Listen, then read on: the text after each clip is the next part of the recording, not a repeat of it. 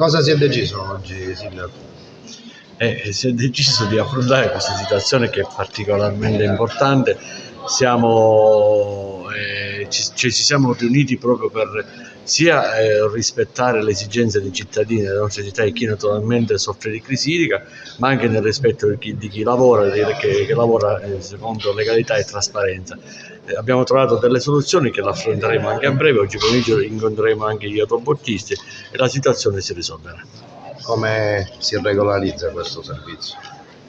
Il servizio, andando dal punto di vista tecnico, aumenteremo i bocchettoni.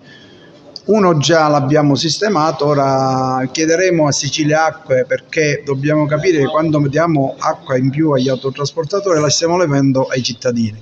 Quindi siamo con Sua Eccellenza, parlavamo se era possibile chiedere a Sicilia Acque, e ci ha dato l'assenso, una dotazione in più di circa 16-17 litri al secondo, in maniera tale che questa dotazione vada solo per gli autotrasportatori. Poi gli autotrasportatori, ci sono tante problematiche anche di zone nostre che conosciamo, zone tipo Maddalusa, che abbiamo difficoltà a fornire per questioni normative. Dobbiamo trovare una soluzione in maniera tale che questi signori, che già esistono, devono avere l'acqua, ma purtroppo noi non possiamo dare l'acqua a chi non è censito, non è in regola con l'abitazione, perché è vietato dalla norma.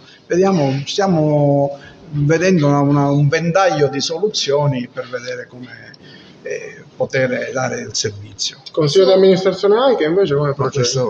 Al sindaco. No, sabato mattina ci riuniremo per valutare i vari curricula che sono arrivati e si sceglieranno naturalmente i migliori. Ma come mai l'assemblea dei sindaci invece ancora non ha il presidente, continua ad appoggiarsi al vicepresidente?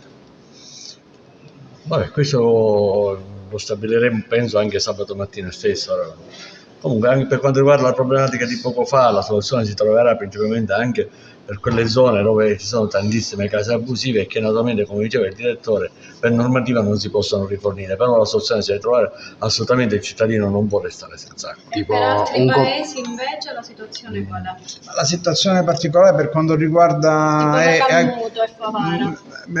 Favara l'abbiamo discusso nella stessa situazione. Racalmuto non ha particolari problemi l'ha avuto Sciacca, ma li abbiamo affrontato diversamente, dove la problematica è diversa, perché qua la problematica, oltre alla mancanza di acqua, che è il problema numero uno, c'è anche il problema che ci sono tutte queste persone che non possono essere censiti e quindi aumenta la difficoltà a fornire acqua.